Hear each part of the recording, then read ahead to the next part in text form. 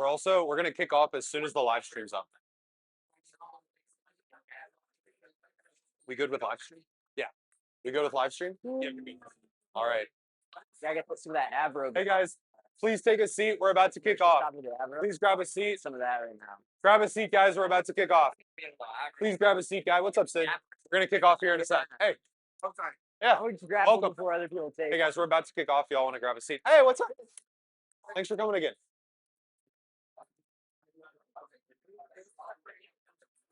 Hey guys, we're gonna kick off here in just a couple minutes. So if you want to go grab a seat.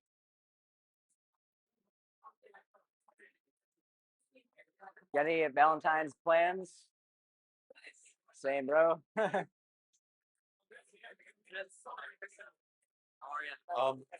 Hey, far enough. Yeah, nice to meet you. Doing well. We're about to do the kickoff, and then we'll go to the.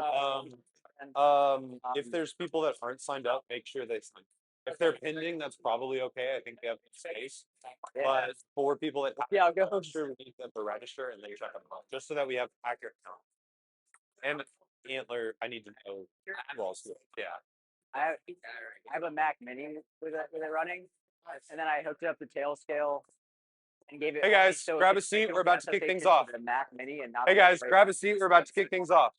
We're gonna kick things off here in a second. Grab a seat for these guys. It's like a mesh network. We're about to kick things off. Please grab a seat. That private network doesn't go in the open internet, so we're about to kick things off, guys. If you want to grab a seat, let's fill in. Let's make it look beautiful. How hard is that set up? I've never really used it. It's pretty simple. So you just like, oh, okay. Well, it's a lot different vibe from the 8 CISOs. Yeah. It's a fun vibe though. Good environment.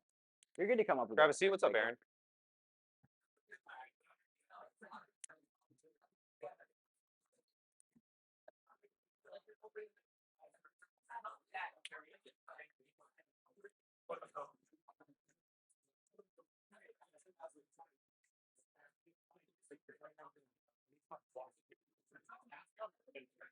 Squeeze in, guys. Squeeze in. We should have enough space for everybody. Thanks. Squeeze in. We got some area in that corner over there too.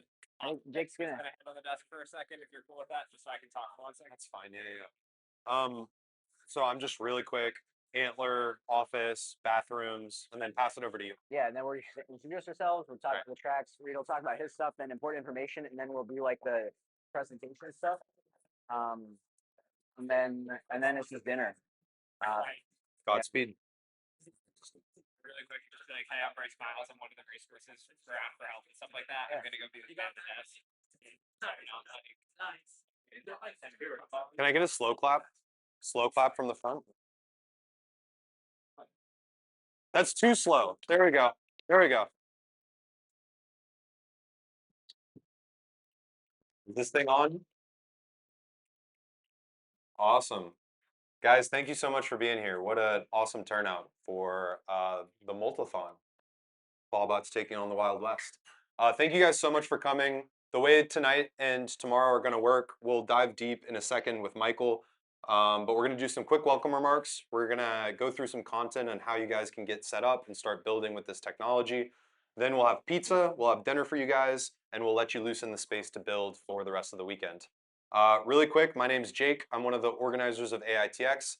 I'm also an investor at Antler. Let's all give Antler a round of applause for bringing people into their space. So just really grateful for them allowing us to do these awesome events, bring the community together. Antler's a global venture capital firm. We're early stage, but inception stage focused. So we invest when there's as early as just an idea. So if you are interested in starting a company, if you recently started a company and are seeking funding, if you're an engineer and operator that's looking on something exciting to work on next, we have an active, vibrant community of residents, and I'd encourage you guys to apply. I've got pieces of paper with QR codes set up throughout the space. You just scan that, you fill out your information, and we'll get back to you very quick. We've tagged that QR code to make sure that you guys are top of the list. Really quick, because we are in a space that primarily is used by entrepreneurs, want to share a few guidelines and also some logistical information. First, bathrooms are out the back left corner of the office, around the corner. There's 2 codes. For the men's, it's 243. For the women's, it's 251. All these codes are written on the whiteboard in the main part of the space. So that's logistical point number 1. Logistical point number 2, no one here is your mother or your father. So please keep this place clean, clean up after yourself. If trash needs to be taken out, find one of the organizers, we'll get that taken care of. But let's please keep this place clean so that we can keep doing more awesome events here. And last, if there's anything set up on desks, that's probably an entrepreneur that works here full time. Please do not disturb it. If there's open monitors, you're free to use them. But again, please try not to touch anybody's personal items. And let's make sure everyone has an awesome experience so we can come back again. That's my whole spiel. So with that, I'm going to pass the microphone over to Michael to give the rest of the welcome remarks. Let's give Michael a huge round of applause. What's up, everybody? I'm Michael, one of the co-organizers of AITX, also a developer advocate at Amplify. So I'm just going to go through sort of like all the other organizers that are here, have them introduce themselves really quickly, and then we'll go over the tracks. And then I'll also have a QR code up for the Notion resource guide that has like all the things you need to find, like the Discord and stuff like that. So let's get into it. I already introduced myself, so Gary, would you like to introduce yourself? Yes, sir. Hey, my name is Gary Sheng. I am the founder of Applied AI Society, which helps engineers and applied AI practitioners help businesses apply AI. And I'm also one of the practitioners myself. I think that OpenClaw is going to be itself really impactful for businesses and the engineers and consultants that can help those businesses. A lot of my friends are making good money with this, but it's also representing a paradigm that won't ever end. Just like having a personal command center that knows you really well, loops on the things that matter. It's just a perpetual pattern that you're going to want to get skilled at. So excited for you to have some time this weekend to nerd out about this with other people like you. Oui. Jordan Hill come up and introduce himself. Okay, cool. Hey, how's it going, y'all? Jordan Hill. I am Organized AI. It's a one-man show. It's me. And what I'm doing mostly is kind of showing my journey. So I started about a year ago and got a gig as an AI engineer about 5 months in, just using MCP tools and 3.5 Sonnet inside of Cursor. And if you know, you know. But essentially, I've thugged it out and figured out ways to win with this whole AI thing and get paid by different clients and do different projects. And I do this full time. My office out of here, and I am an example of someone who does not have the background but came in and was able to thrive. So if you're looking to do the same, come talk to me. I'd love to catch up with you guys. I have a job board trying to help people who are skilled shine. Next up, Bryce Miles or Reed. If Bryce is not here, yeah, I'll have Reed come up and introduce himself. And then if Bryce isn't here, we'll just kind of continue. Hold this to you. Put it like somewhere, yeah. Okay. Hey everyone, my name is Reed McCrabb. I'm the co-founder of Linked AI. And I also run Hack AI, an event with Bryce and Jack. At Linked, we're building for the go-to-market engineers, so trying to enable kind of this new job class that has popped up, essentially using AI to add to your book of business.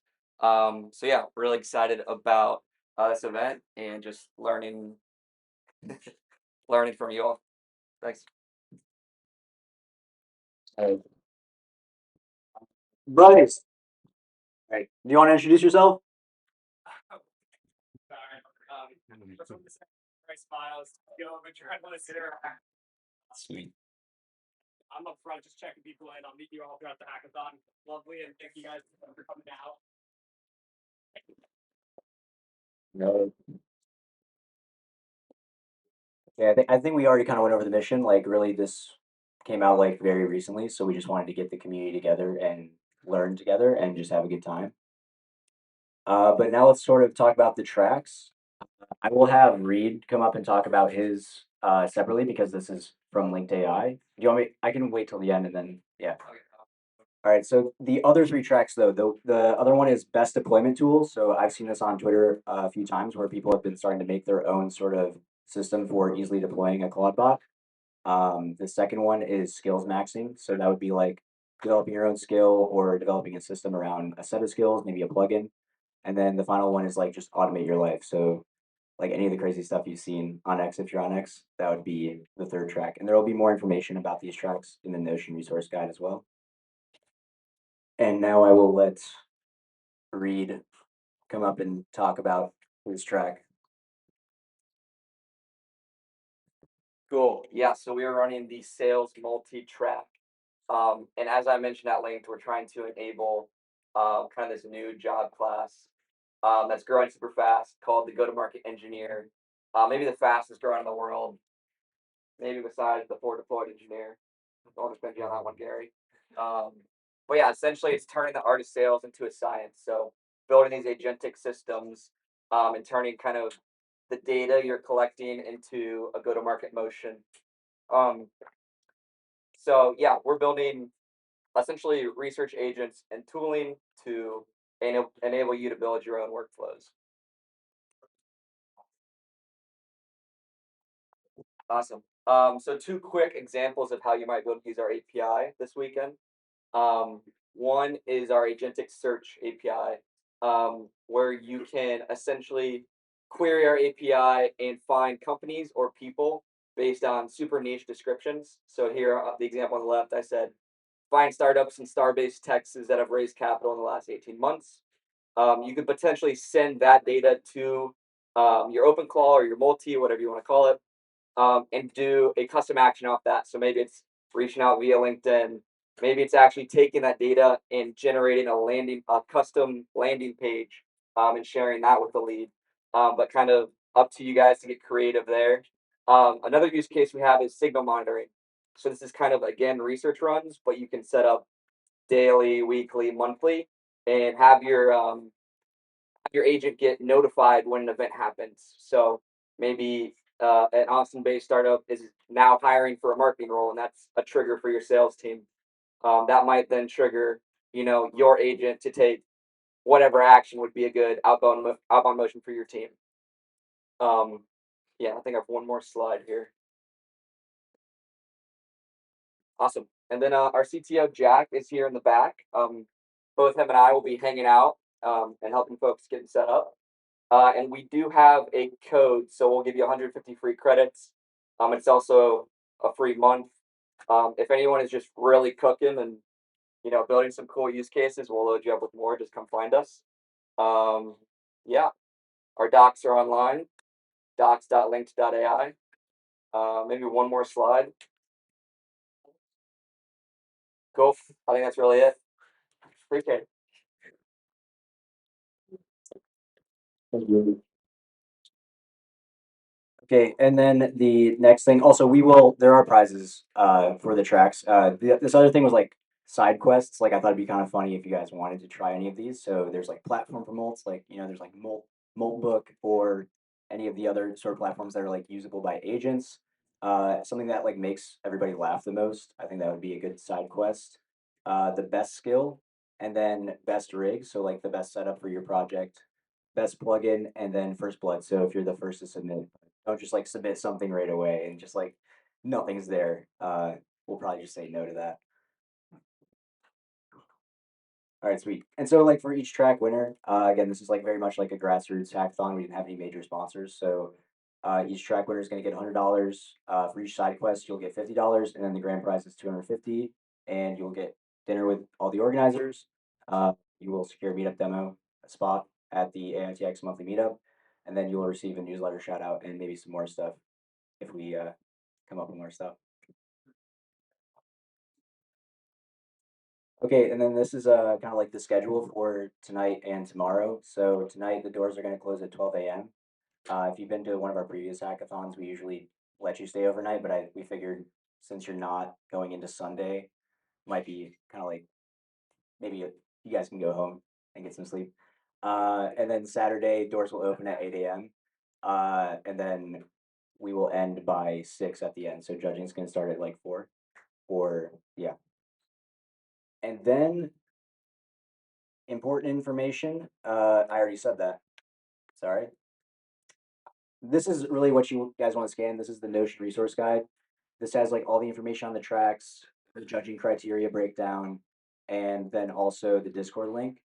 So if you would, I'll just leave it up for like a little bit.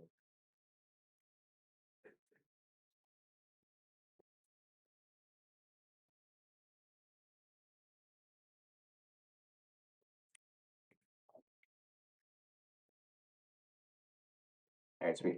If you didn't get it, come find me. I'll send you the Notion. Okay, and then Jake also went over this, which is respect the space because Antler is kind enough to give us this space for free. And everybody's been pretty good about it for all the previous events. So I would like to keep that hot streak going. And that is the end of the intro. So I think you are the first presenter.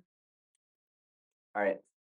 So now we're going to do like some presentations from a few of the organizers to sort of talk about like setting up with ClaudeBot and then also talking about like different concepts and things like that just to get your ideas going and turning. And then I think pizza is going to be here at like 6:45 or 7:15. You hold that, just talk about it for a second. I'll get it said. Awesome. So I sent you the links that I need. Yeah, I'm going to get those. Awesome. So how many people have already like set up a ClaudeBot? Okay, most of the people here. How many people struggled with their first time setting it up? About a third of those. All right, so I ran into some major issues when I was setting mine up for the first time. Ended up using Cloud Code for the setup because I was trying to like save skills and workflows and create little scripts and all that good stuff. Yeah. All right. And so, nice. I discovered that problem. I also, as soon as I saw it, my entrepreneurial brain started going, and I said I could sell these setups.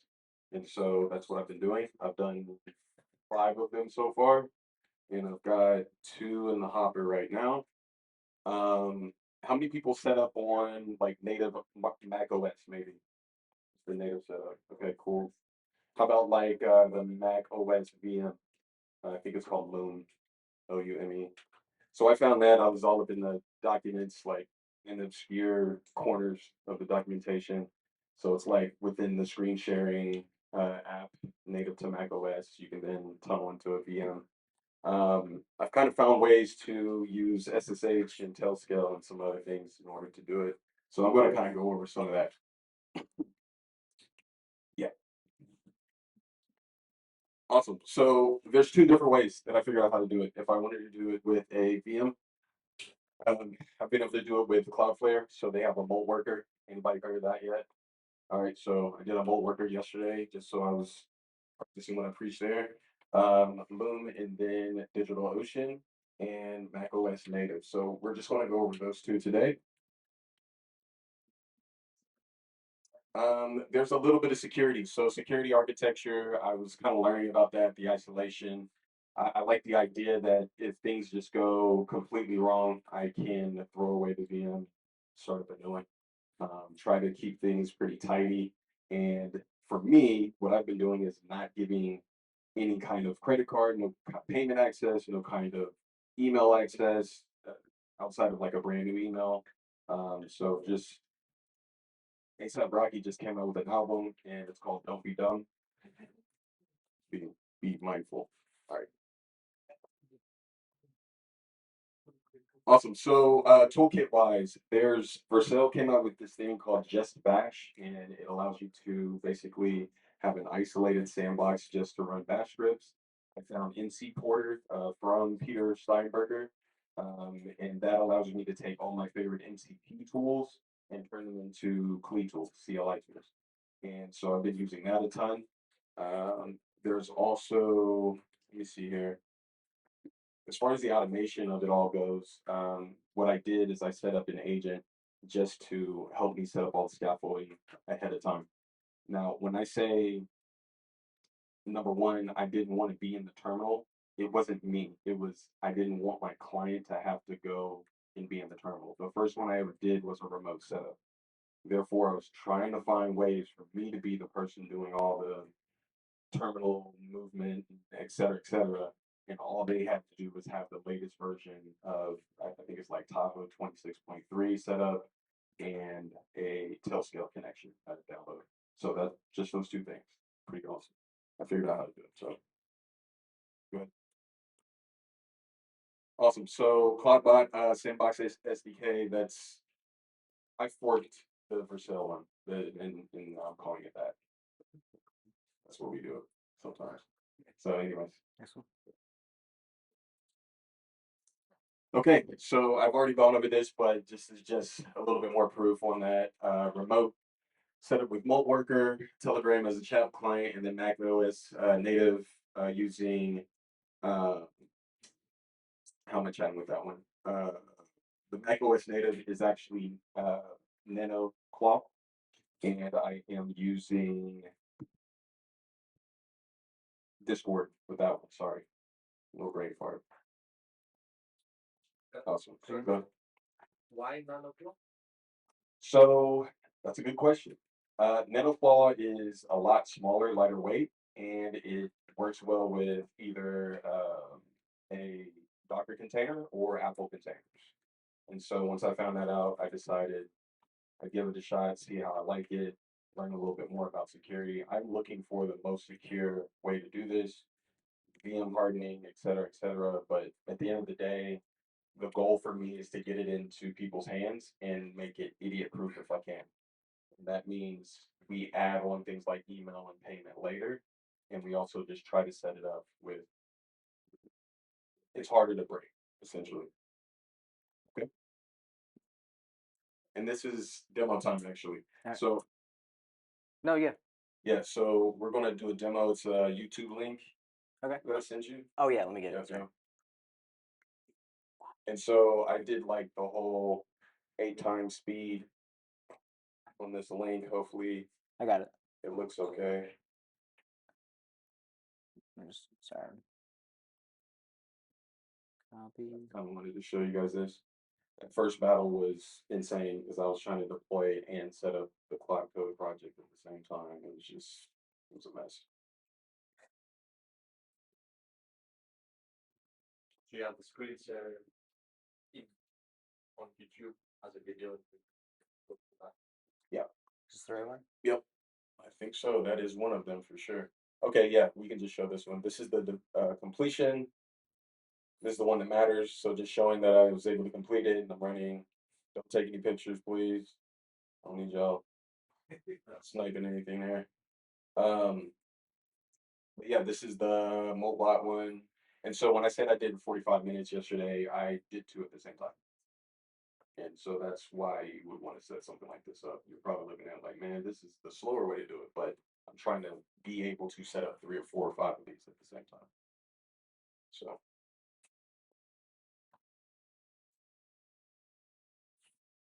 deleting old windows is very or tabs is very important. Y'all need to see that, I guess. And I can't spell. Anyways, there's that. And then this one, if we speed it up a little bit. I thought I put it on 8 times speed when I downloaded it, my bad. Okay. So basically, I use what's called a phased build. I just had to talk about this.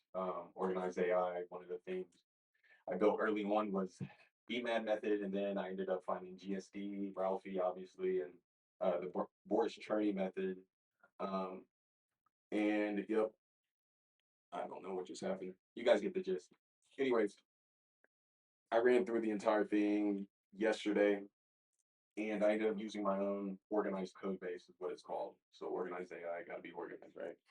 And that allowed me to set up the Cloud Code project structure and kind of tackle this successfully.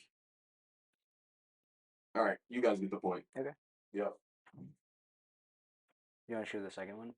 No, don't worry about it. Okay. Let's Good. hop back to the presentation real quick.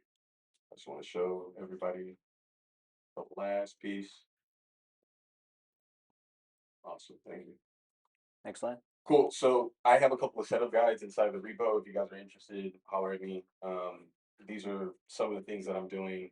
That's a little bit different than the average person probably. I assume this is new. Who knows? If you're also setting these up and want to talk about it, let me know. Definitely iron sharpen iron type of situation. Anybody have gateway issues where it goes down sometimes? Yes. Yeah. Nobody wants to admit it. That's one person. Yeah, we're here at 30. Let's see how you love this. All right, cool. So this is what's next. QMD is native. I found a couple of other little memory related projects. If anybody here is interested in jamming about memory and solving that issue, if you haven't found it to be an issue, love to talk to you as well. But if you are solving for that, let me know. Faster deployments, obviously, want to get it to like 20 minutes. More tools, my favorite MCPs, all in a plugin marketplace. Organize AI has its own plugin marketplace. I was early on that. For whatever reason, I dove into that like a month ago and just built out a whole bunch of tools for a client and for myself. Um, Organizational structure and architecture. So, what would it look like for me to deploy? One of my clients is a marketing agency. What would it look like for me to have a media buyer agent and a project manager agent, admin agent, and have them have their own little book situation going on? That would be fun. And then voice for support. Imagine setting this up for someone remotely. They call a phone number and they talk to my mobile bot and they tell them how to download Telskill and do the shit. Sorry for cursing. Anyways, and then the Amplify plugin watcher launch. So I'm going to launch this thing. Michael's kind enough to kind of show me around Amplify. Really, really good tool. And you can actually monetize whatever you build. So that definitely got my interest as well. So I have a plugin watcher, and what that means is it goes into my Cloud Code sessions, the JSON L file, I believe it is, and it just kind of looks for opportunities to create plugins. So package skills and tool calls. It's nothing crazy. Basic shit. Then here, just tap in with me if you want to. That's the GitHub. And then I've got a little WhatsApp group for people who are also doing setups or interested in needing a setup. That's what that's for, is to just kind of talk about it and what it means. And then, yep, you guys can read job board, that too. Anyways, that's my time.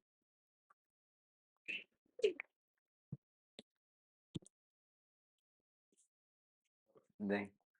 Do you have any questions for Jordan? Everything was crystal clear, right? What's like the best use case like you see for the farming? To be honest, I haven't even. To be honest, I've only played with it for maybe like 2 days. I've primarily been trying to like make sure everybody that I've set up very good and with multiple skills and building things out just for them.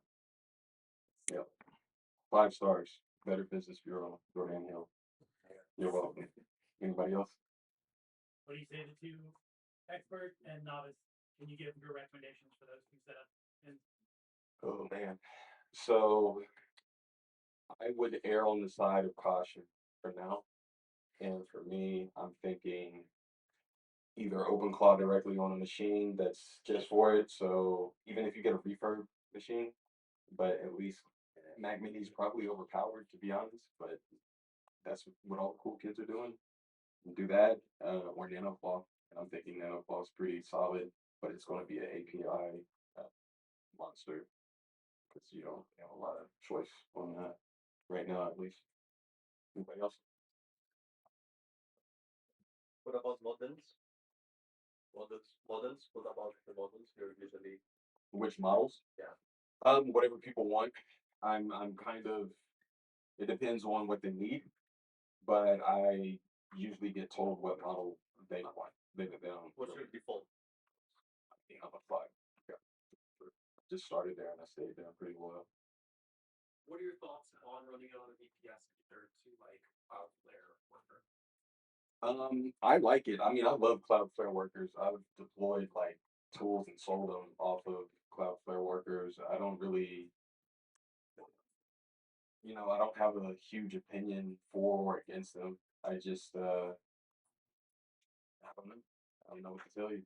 your favorite VPS provider for football?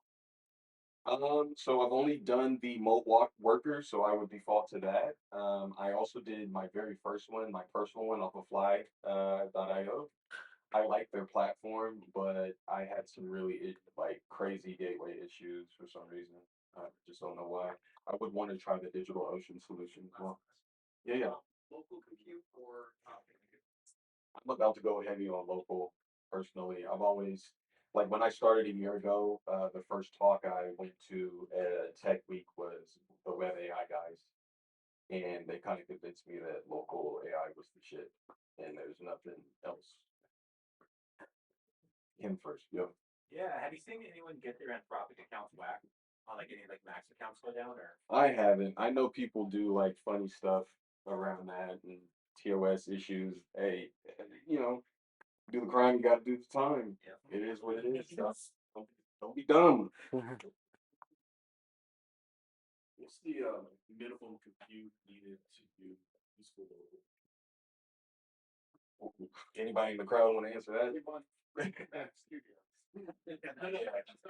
Yeah.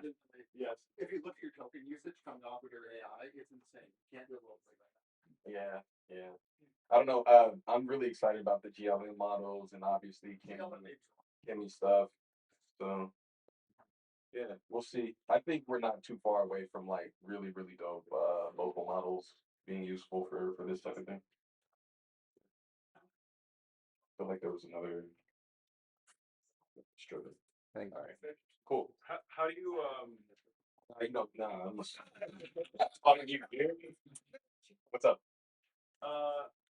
mindset? You are probably one of the most growth mindset people I've ever met. Like, how did that happen? Why are you so comfortable charging people for something that you've never done before? Like, I don't know if that's a compliment or see, my instincts were right. Um, I figure stuff out. I've been that's my superpower is I do figure things out and I love that added pressure that hey, someone paid me to do this. I gotta do a really good freaking job. I've ran my business prior to all this AI stuff, my data consultancy business for 8 years, word of mouth only had 5-star reviews. And it's because I will not go to sleep if I need to solve something for a client. They were hanging out a lot too, so that helps. It's like, do a good job. Anybody else? Cool. Happy hacking, y'all.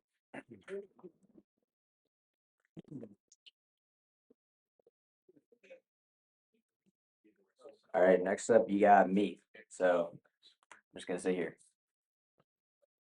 Wait for this to move. All right, so mine's gonna be probably a bit more specific. I'm really interested in like tooling for agents, and this is kind of like gonna be an opinionated presentation. This is my take. You can tell me if you agree or not, but I'll start with setting the context of like I call it the death of the interface, where now that you have agents that are becoming more powerful, and I also have experienced this because I text my OpenClaw bot on Signal, it's very seamless. And I feel like unless you're one of these super big companies that already has like an existing customer base, building a UI for humans may not be the move when agents are becoming more capable every single week.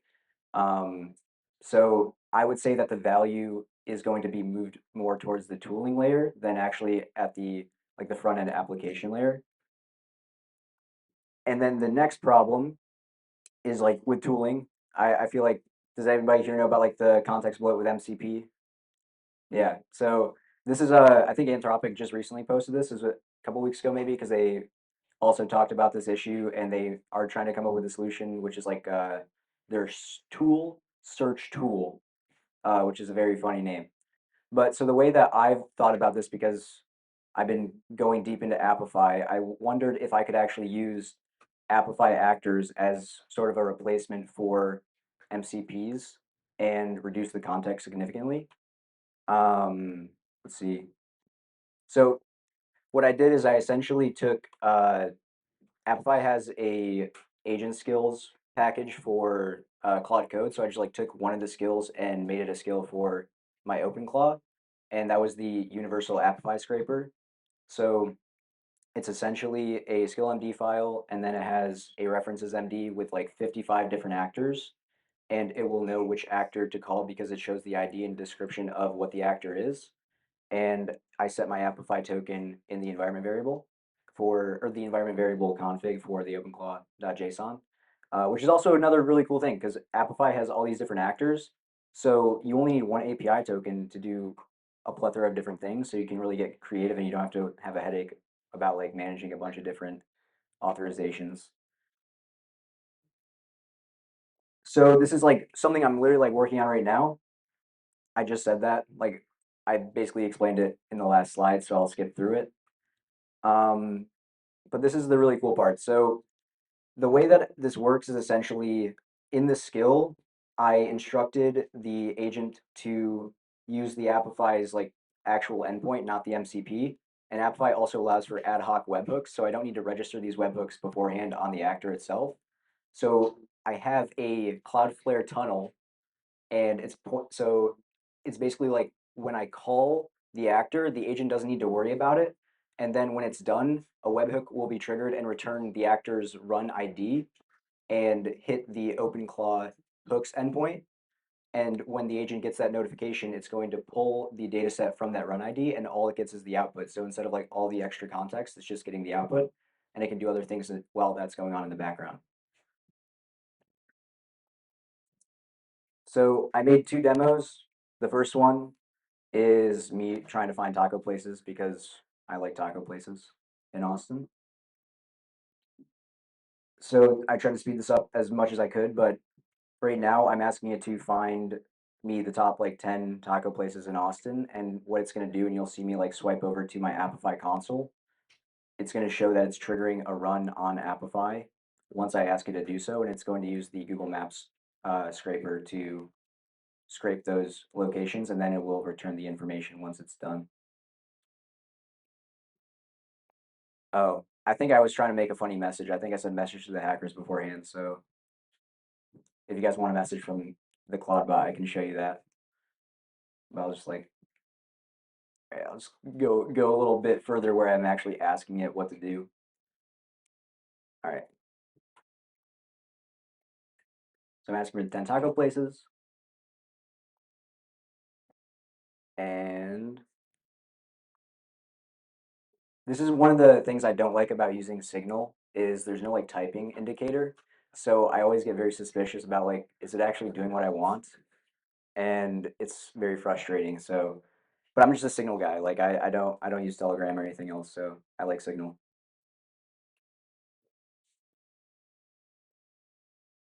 Let's get in there.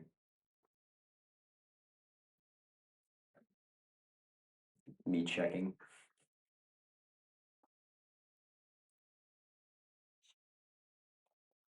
All right, so I think I'll scroll up in this video.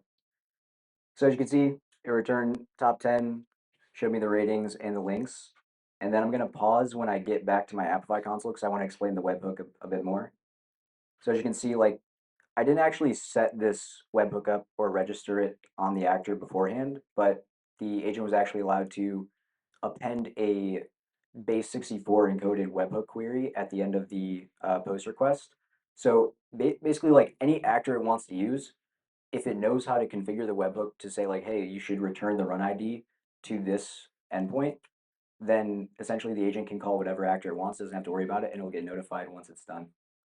So that's I found that out. I was very excited about it. So that's the first demo. So if you guys want to talk more about Apify and like using webhooks, you should come find me. I'll help you guys get started with that. Primogen. We love Primogen.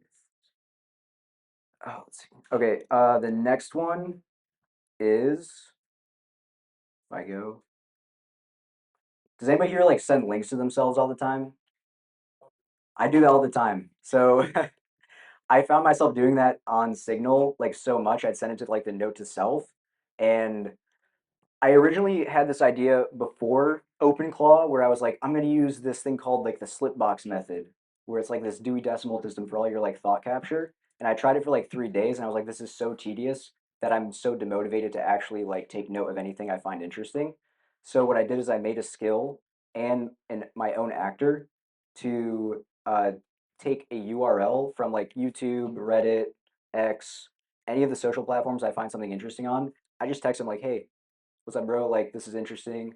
Can you save this to my interesting finds?" And then it also knows to use the slipbox method to save it in that format. So then over time, I can start to develop this sort of like confidant, like portion of the agent that knows all these different things that I've found and start to synthesize that information and see if there's any like cool things that I find. So I will quickly show this one. Sorry, I'll just kind of zoom in. So you can see me copy paste the link. I hope you guys can see that. So I'm like, hey,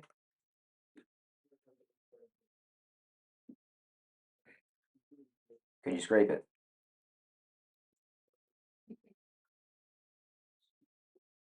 You call Fit and Drift your Yeah, that's my agent's name, Finn. I think Spindrift is a drink, so I was like, I'm gonna call him Finn, and I was like, what's a good last name? I was like, Drift. So it's loading. Again, this is the annoying part about Signal. So if you're not a Signal user, but right there you can see it's like, okay, I captured it, and then it also says like, oh, I found a connection between something else that you talked about. Um, so I guess I just wanted to show those two demos because one was more like everyday kind of stuff, more like externally facing, but then also for like just your personal life, like things that you want to do, like this technology be very powerful to sort of like help you take some of that cognitive overhead out of your brain and let you focus on life. So I made a little diagram. This is essentially what happens. This was like the best way I could visualize it for myself. I'm telling the agent to just use Appify skill to do something. It's going to look in the skill that it knows to use and then also look at the reference markdown file of all the actors that it has available, and I can add more if I want to. It'll then call that actor by its ID, and it will also append the base64 encoded webhook query at the end.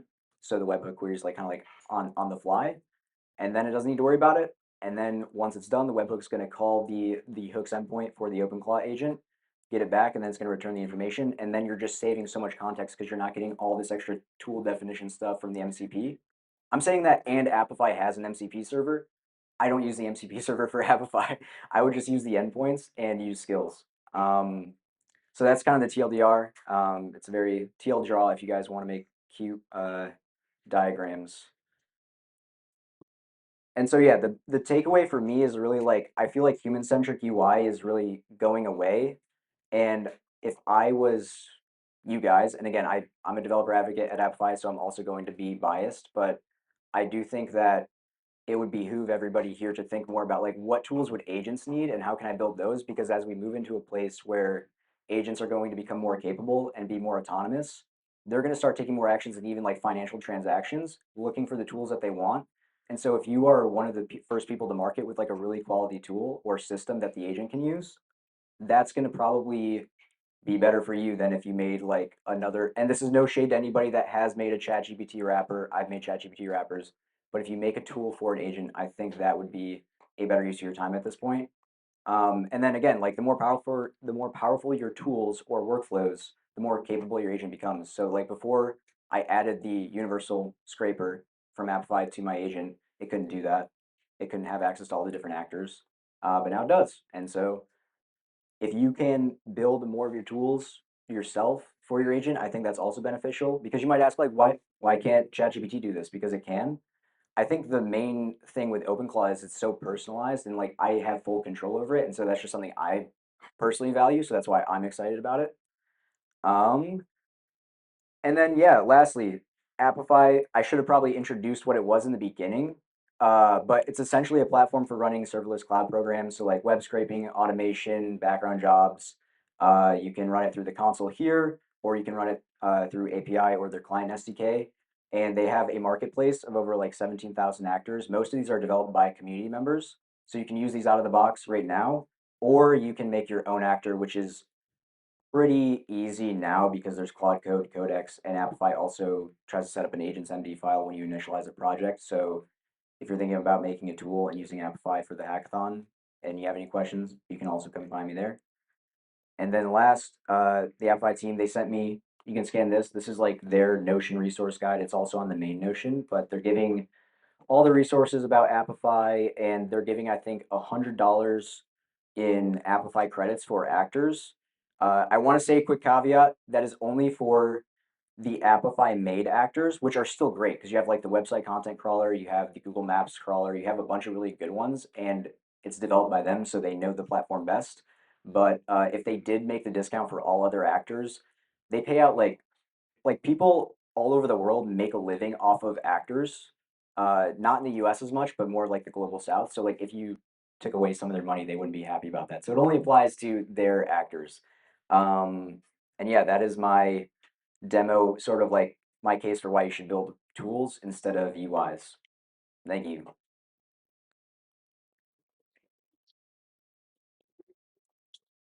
Yep. Oh. Okay. Yeah. Does anybody have any questions?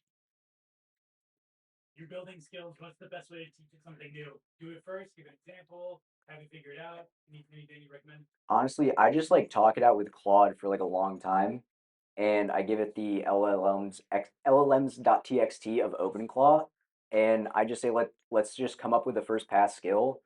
And I did actually, somebody, you asked about models. I started with like Gemini Flash Lite because I was so paranoid. I was like, I don't want this to run up a bill. But I found that it was like, not to be mean, but it was like just too stupid to figure it out sometimes.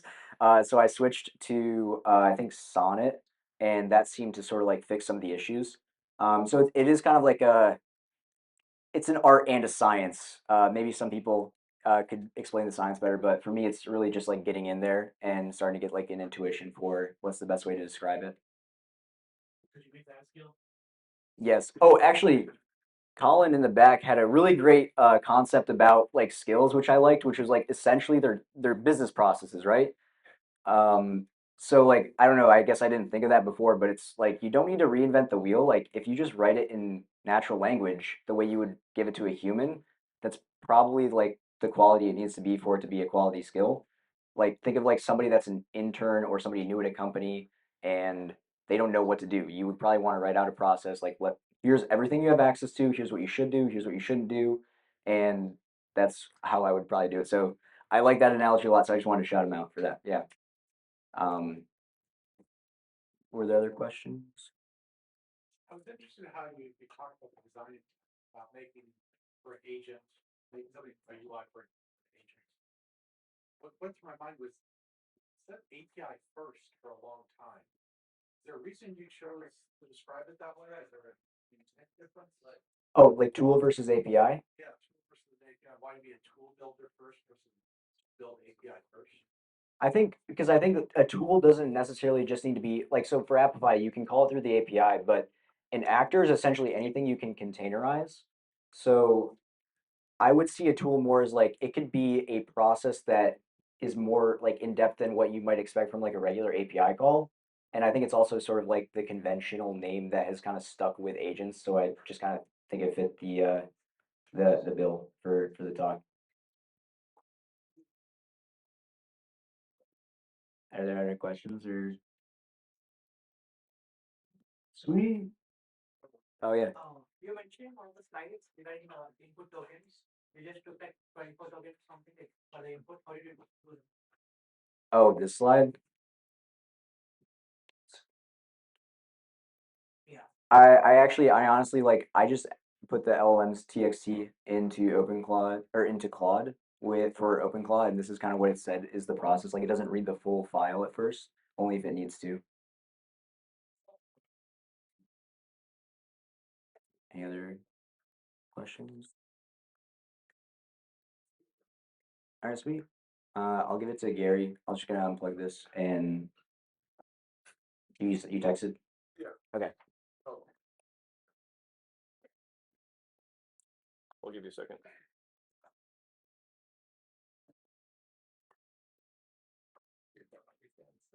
Do you want to shout out Appify? I use it for like 2 out of 3 clients because they just have so many good tools that any business could use. So check it out. This All right. The only thing I'll need from you is when there's a video on the screen to click the video. Yeah. But I can move this. I can move the slides on my own. Oh, sweet. Yeah. Everyone, it's good to see y'all again. Like I said, my name is Gary. I am the founder of Applied AI Society, and I have been really enjoying building my own AI assistant system and thinking nonstop in general about what this moment means for all of us. So I wanted to share some field notes because no one knows what they're doing. But if you dive in, you'll have something useful to compare notes with. By the way, if you have any questions, you can always scan this thing on the bottom left or right here. So I want to ground us in what's happening, which is that OpenClaw, Claude Code, all these agent frameworks, there are signals of something much bigger. And it's that the amount of leverage one person has that knows how to wield these tools is unprecedented. Like it's hard for us to really fathom. I think some of you probably felt the AGI a little bit if you've done something like literally 50 times faster or like even like twice as fast. Right? It's just like wow. Okay, I'm barely. It's like then you're thinking like, oh, I barely even like know what I'm doing with these tools. What if I actually did spend the time to master these tools? I also want to talk about something I realized as someone that had an initial idea of how to make money in this moment. It's easy for people that like to nerd out in the technical details to be like, oh, I have to develop like a challenging application for someone. It almost has to feel like hard. You're almost like counting the number of lines of code or something. Like, but working with clients, I realized a lot of the hard part is not actually implementing a tool. That's not necessarily the bottleneck. Um, and this reflecting back on what's been most helpful for me in getting value from OpenClaw is most of the work that I actually had to do was get clear on my life. Like, what are the pillars that matter to me that I want OpenClaw to be aware of and drive success towards? And for me, that's health, relationships, creative work, business, spirituality, etc. I wrote each of these in pillars and folders and markdown files. Right, you're going to come up with your own standard, by the way. And you tell the chatbot, you tell the AI assistant, this is where what matters to me lives. Um, and then you keep finding out, oh, I'm not being clear enough. I'm not being clear enough for this agent to actually help me drive towards my goals. It's like, oh, no wonder I didn't get closer to my goals because I didn't even know what I wanted. Right? I'm sure a lot of you can relate. I mean, OpenClaw changed my life. Like I can't even imagine a day without it anymore. And again, like I said, OpenClaw is cool. I'm not like putting it unnecessarily on a pedestal. There's going to be so many forks of OpenClaw. There's going to be way better versions, candidly, of OpenClaw. But ultimately, in helping you achieve your life goals, there's no question about that. That all of you are going to find a system like OpenClaw that's going to help you achieve your life goals more. So in the morning, and I'll show you like a screenshot of the morning briefing. But I get a morning briefing. It's like, yeah, it based on my pillars, my calendar, my Gmail, my not everyone will do this, text messages, etc. It'll generate my plan for the day. And that's like an algorithm that I don't trust myself with personally. Honestly. It's like a weird thing like, oh, as someone that juggles multiple clients, multiple projects, cares about his health, spirituality, I do pro bono work for churches, blah, blah, blah, blah, blah. It's like, where am I dropping the ball? If you sufficiently integrate your life in a way that's AI legible and AI can basically call out your shit, of like, oh, you said you're going to help this church. You have to talk to them for 2 months, right? It's easy to get away with things when you're like kind of like just vibing through life, right? But then it's like, oh, I didn't make any progress this whole last quarter. I think a lot of you now know the meme that Peter created called the heartbeat. It's crazy. You know, you put out an idea in the world, which is like basically fancy cron job, but it's like, oh, this is super helpful. And so, man, I mean, it's constantly just processing through meeting notes for me all the time. If I wanted to, I could be constantly enriching my relationship files. I have for the most important people in my life, I basically have a dossier of them. And how I justify that is because I want to continually be driving success for that relationship. I don't want to be forgetting your dog's name. Seriously. And it helps me stay accountable to my goals of wanting to be a good friend or a business partner, whatever. And then I have an evening check-in that relates directly to what I want, what my assistant said I should be doing. And then but it has context on my calendar, my meeting notes, etc. So there's very little that I have to even reply to that it doesn't already know that did I follow through with the plan or not. So yeah, this is real. I mean, it's a pretty long morning briefing, but let me just walk you through the morning briefing for today. Just a little bit about it. It starts off by saying morning briefing Friday, February 30th, 2026. Moltathon Day. Top 3 priorities. My man. Execute Moltathon. Present this deck. Meeting with a friend. Presenting to a sponsor of Applied AI Society about recent progress and strategy. Hit the gym, blah, blah, blah, blah, blah. Make sure you know, here's Michael and I have an event in a week and a half. It says Applied AI Live, number 2, 13 days out. 17 out of 36 checklist items done. I'm not gonna remember that. I don't like South by Southwest panel, speakers confirmed, consulting clients, are any of them stale? Do I need to follow up with them? Do you need to follow up with anyone else? Blah, blah, blah. Meeting dossiers. So I'm about to meet my friend Ian. Reminder of what you last talked about.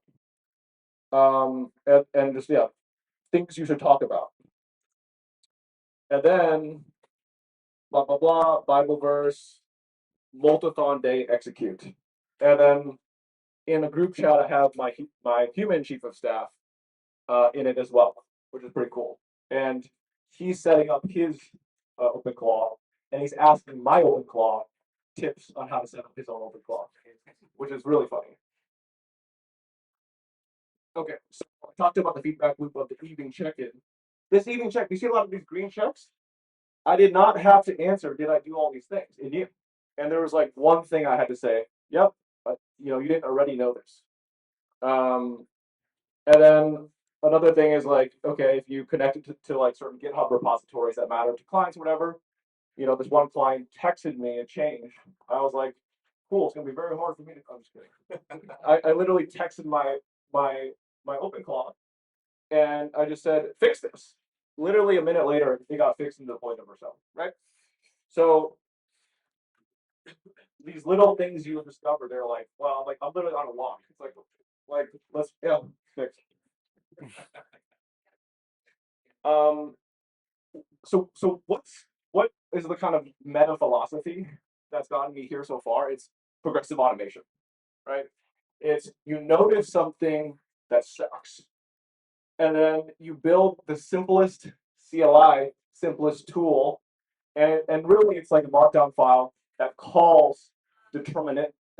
It's always calling a tool that is deterministic. So it's like this mix between, you know, non-deterministic, deterministic. That's a longer conversation. And then I create a skill that it accesses, and sometimes the skill is just run in the heartbeat, so it's like always being a run. There's not really like a chance that it doesn't run, right? And that's often important. And then you integrate it, right? continually refine it as well based on whether it's actually saving your time. I wrote this blog post intentionally kind of provocative because like what's the point of all this automation stuff? It's not to like eliminate your value in society. It's actually, I believe that God created you for a purpose, that that you are uniquely meant to be doing something amazing. And there's a lot of administrative BS that's preventing you from being in flow state as much as you want. So this is the point, that you automate so that you can stay in your soul enriching, soul uplifting work.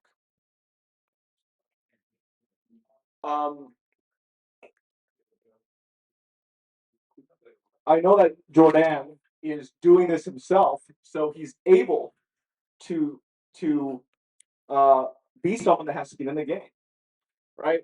But everyone, just if you, especially if you want to charge people for helping them set up their workflows, etc., you should want to be like obsessed with your own workflow. You should want to be like the nerdy guy that or nerdy gal that people hire, right, to save them hours and hours a week. And then you just develop a feel, like what Michael said, and then you gain credibility. Here's like a ridiculous thing that happened that I integrated OpenClaw into. So, do you want to play the video first? Let's add some context. Harrigan reporting. So imagine you're on Claude Code. You don't know when the Claude Code finishes, right? And so if anyone's like a washed up millennial like me, you know StarCraft sounds, right? And it was just like such a dumb idea that my brother and I came up with 2 days ago.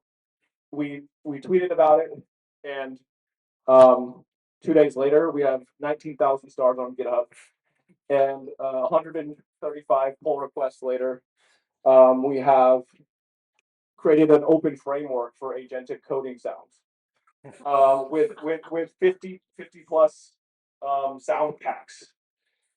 And someone launched a crypto token that has had over $3 million in volume on base or whatever, and it was number one on Hacker News. This is all because we're having fun, and then we just leaned into what felt right. If you want to try it, I like people love this. They find it valuable because you often have Claude Code instances, and then we have it automatically set up where there's a different character per instance. So you can like basically assign different projects to different characters. Anyways, these random opportunities are just like out there. If you're having fun, you're going deep, you're doing what you're meant to be doing. This happened to be something that just fit, like, and the opportunities are going to be different for everyone. Like for me, I had been in the crypto space before. I had built online communities. I had, done a bunch of dumb stuff that would allow me to be able to do this, like not that difficultly, not that challengingly. But there's going to be something that's perfect for you that will just emerge this time. You got to trust that. Click. Oh, sorry. Thank you. I think that there's, I'm sure a lot of you have like heard about the fact that you can make money building like custom tools for people, and I mentioned that here.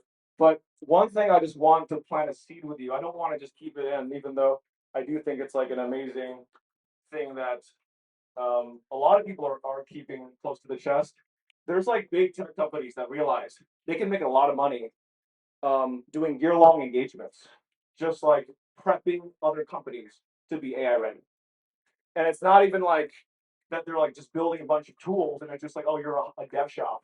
It's like your big company, like including the executives and like the employees, probably you would probably be surprised how not advanced they are in how they think about AI. And that's not to like shame any. It's like everyone needs to figure out what the market actually needs. What and it's very hard to both build a tool that actually improves the workflow of people within a company if back in the back of their head they're like, are they trying to replace me? Like, is AI the antichrist? Like, like you got to get the culture like ready, right? Uh, you got to get the culture ready to be able to have like forward deploy engineers come in and build like useful automation stuff. And so some of you might be really good with people and really good at doing workshops. Like you might be making way more money than engineers if you understand who you are and the opportunity. Hope that makes sense. I believe that we are the applied AI generation. It's kind of like an infinite generation because these AI tools are just going to get better. And the gap that I see between the implementation of it in companies and what's possible is going to keep getting bigger. And so your opportunity is closing that gap.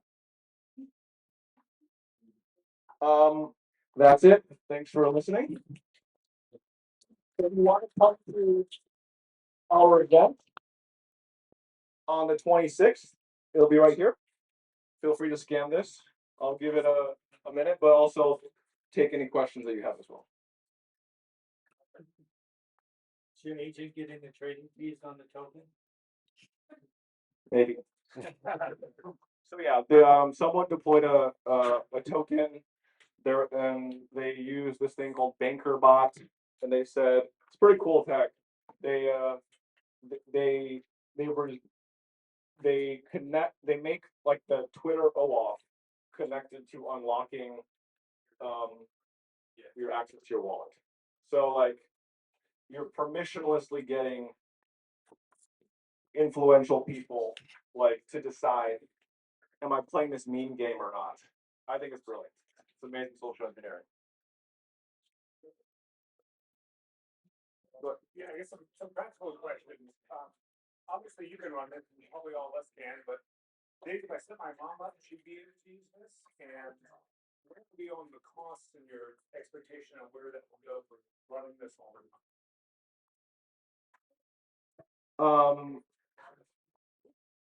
I would say in this current state, it'd probably be painful for your mom and you to set it up because as soon as the gateway shuts off, like you're just gonna like Jordan knows this. Like I think there's a big opportunity for companies that own the full stack of the hardware and software, et cetera, like Apple, creating a fully integrated OpenClaw type thing.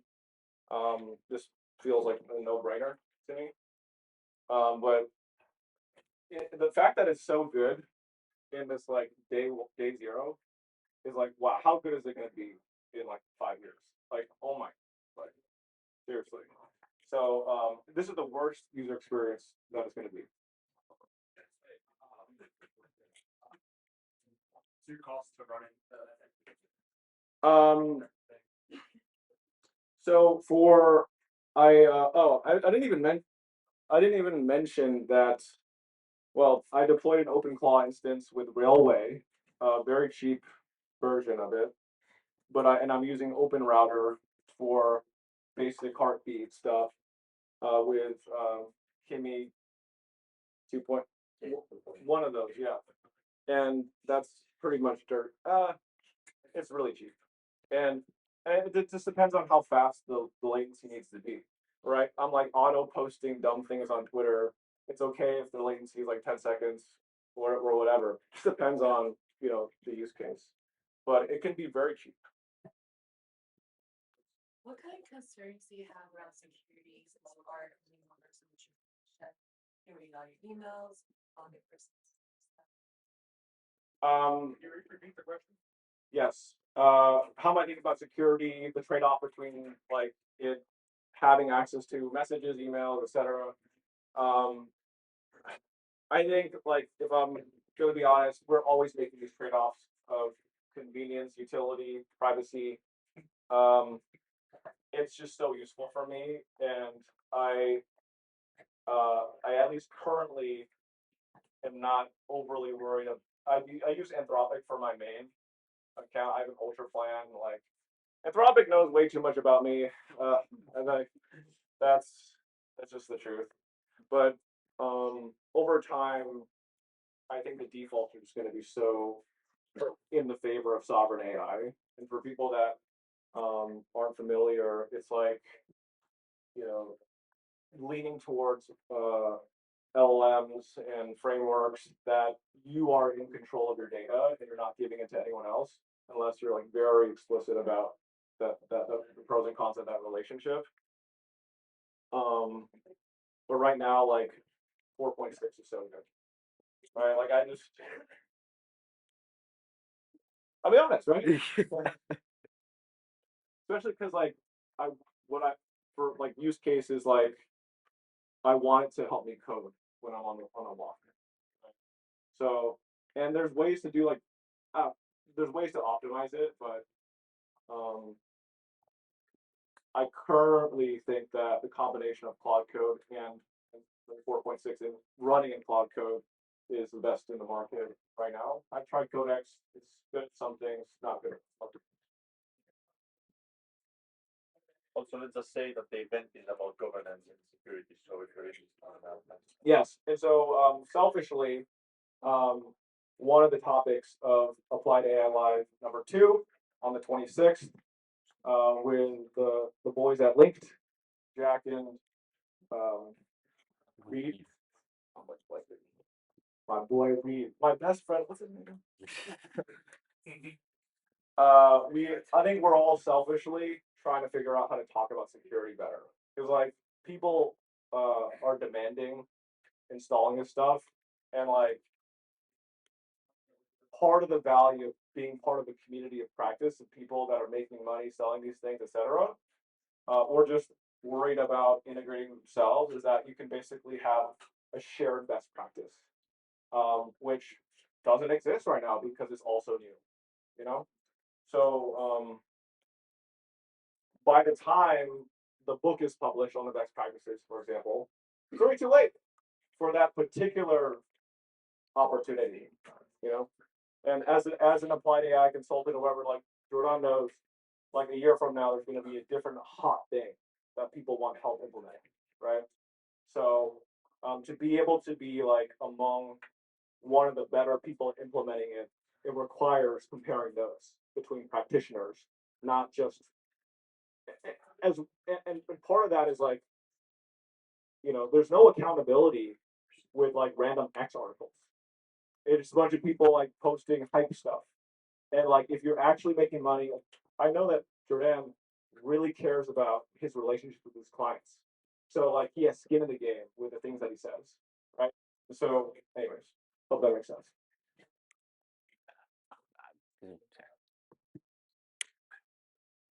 Are you done? Yep.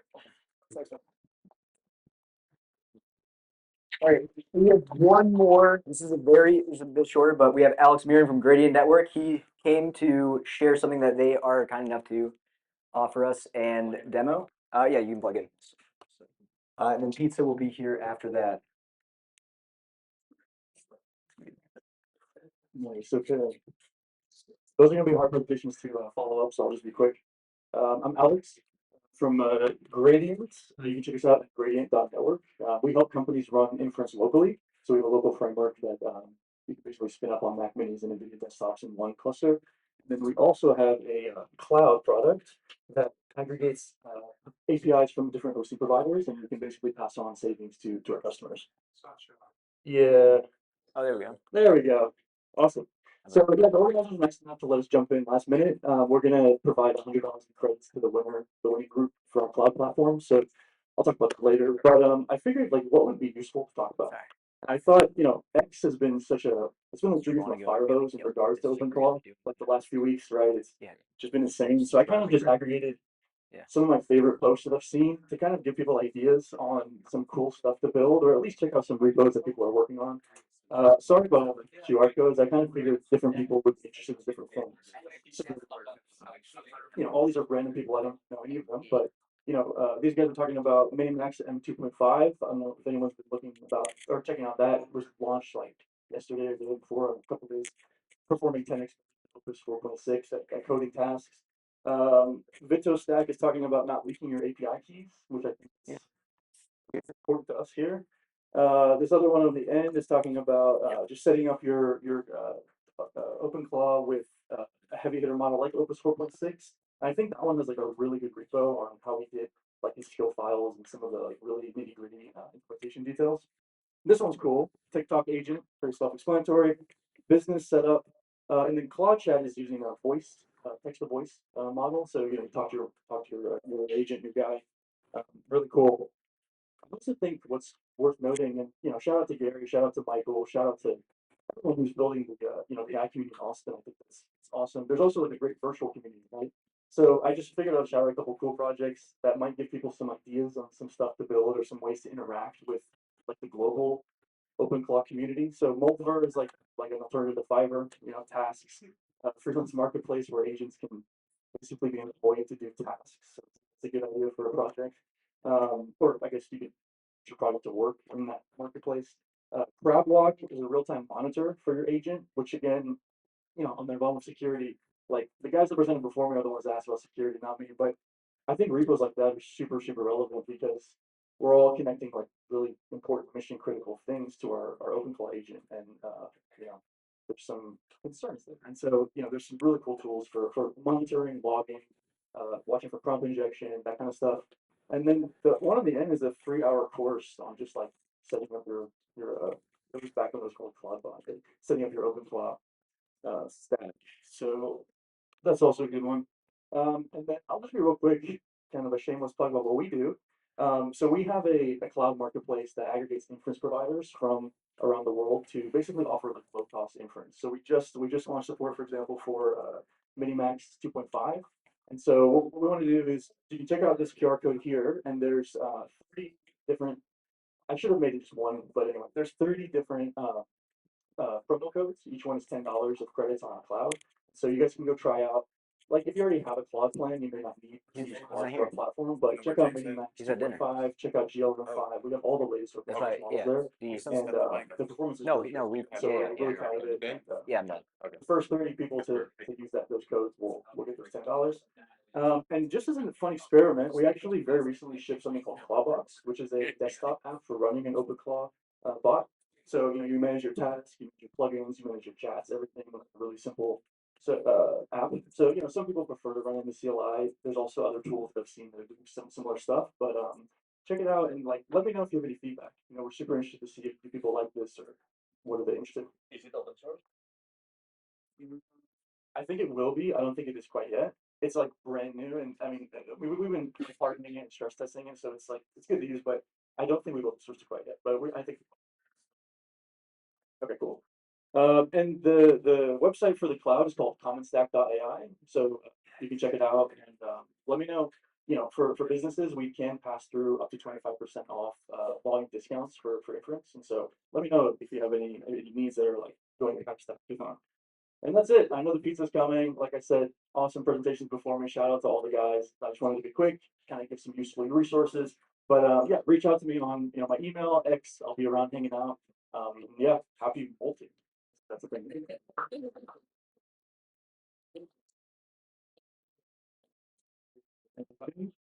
Yeah. For anyone doing the link track, I'm Jack. I'm the CTO at Link. I think in about 30 minutes we're going to be running just like a Q&A session, going over the docs together. So if you guys are interested in that sales track and just want to see potentially what you could do with the Link API, then